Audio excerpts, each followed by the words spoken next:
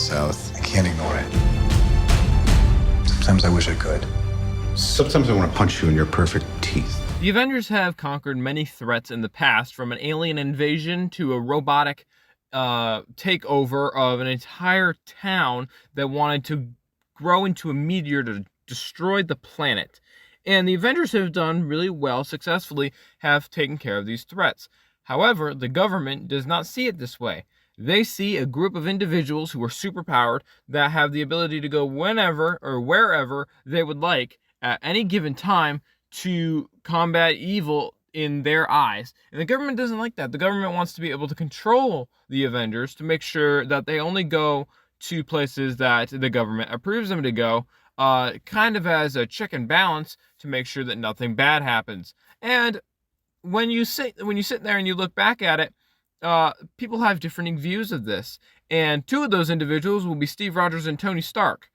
Tony Stark is very for the government controlling the Avengers because he thinks that they need to be put in check so that they can, the government can tell them where they need to go so that they can do what's right in that area of expertise. However, Steve Rogers sees the entire thing differently. Steve Rogers believes that the government should not control the Avengers because what if the government doesn't let the Avengers go to places where they're needed and instead tells them that it's better for them to not go?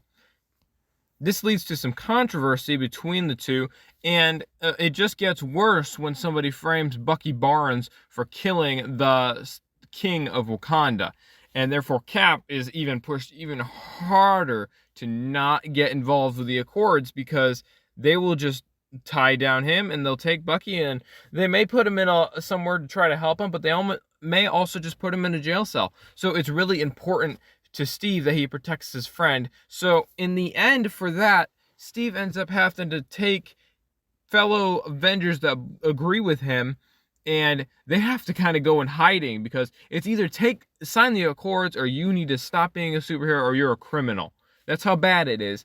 And Tony and Black Widow and the Black Panther that's come along, Vision and War Machine have all agreed to sign the Accords. Meanwhile, you have Captain America, Bucky Barnes, the Falcon, Scarlet Witch, and not a newcomer, but you have Ant-Man, who's also there, who's finally really joined everybody else rather than just being on his own for solo movies. And they all don't want to sign this. And so Cap's team kind of is working to prove the truth about Bucky's innocence, while Tony's team is busy trying to capture Bucky Barnes and capture Captain America's team. So that's where this entire movie goes. There's a real villain in the background named Baron Zemo, who is orchestrating all this, trying to get the Avengers to tear themselves apart and kill each other as revenge. So that Zemo's the real bad guy behind all of it, but on the front it looks like a Team Cap versus Team Iron Man.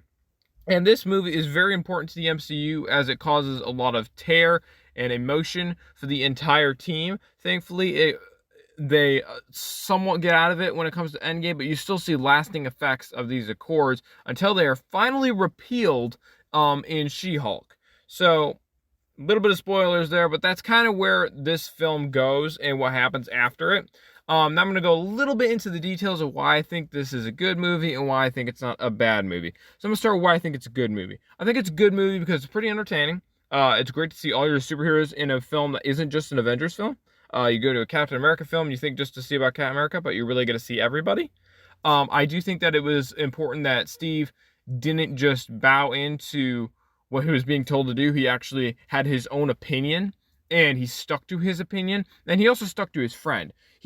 Bucky and Cap's friendship is shown to the point where they are willing to lay down their lives for each other, and I think those are two very important points. I also am very pleased with the ending where Steve sends a call to Tony basically saying, look, I understand we have differences, but if you ever really need me, I will be there. And he didn't want to break up the Avengers, he just had to follow his gut. So that was a really good part of this film. And however, there is a lot in this film to consider. When you go over to language content, you get a lot of the Lord's name in vain. There's a lot of D words, S words, A words, pretty much everything. There's no F-bombs, but there are a lot of words. Some of them are listed on the screen for you, but there may be more than this because there are it's got a lot more language compared to other Marvel films to date. For sexual content, there's not too much to this. We got a couple of men that are seen shirtless.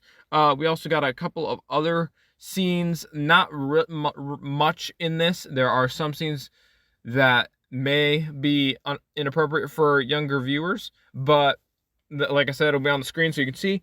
Violence content. There is a lot of violence in this film. You got explosions, you got shootings, you've got people falling from the sky and seen almost dying. You've got people drowning in water. There is a lot of violence content in this movie. This movie earns its PG-13 rating alone with violence. As you can see on the screen, the breakdown, there are definitely some reasons to consider if you do not like gory scenes if you watch this film.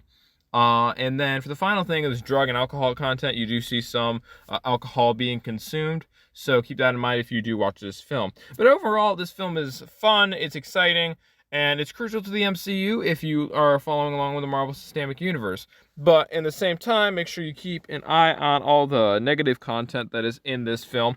I would recommend if you have a Clear Play or VidAngel or something like that, or if you could get that, that would be a good way to watch this film, to be entertained and to avoid some of that negative content. They did not pay me to say that. I'm just recommending that as a person. Let me know in the comments what you think. Let me know your favorite Captain America film of the three. I've now reviewed all three of them, and they're all got a video on my channel. So let me watch each one of those and let me know which one is your favorite. And let me know what series I should do next. Thank you and have a great rest of your day. Stay down. Final warning. I could do this all day.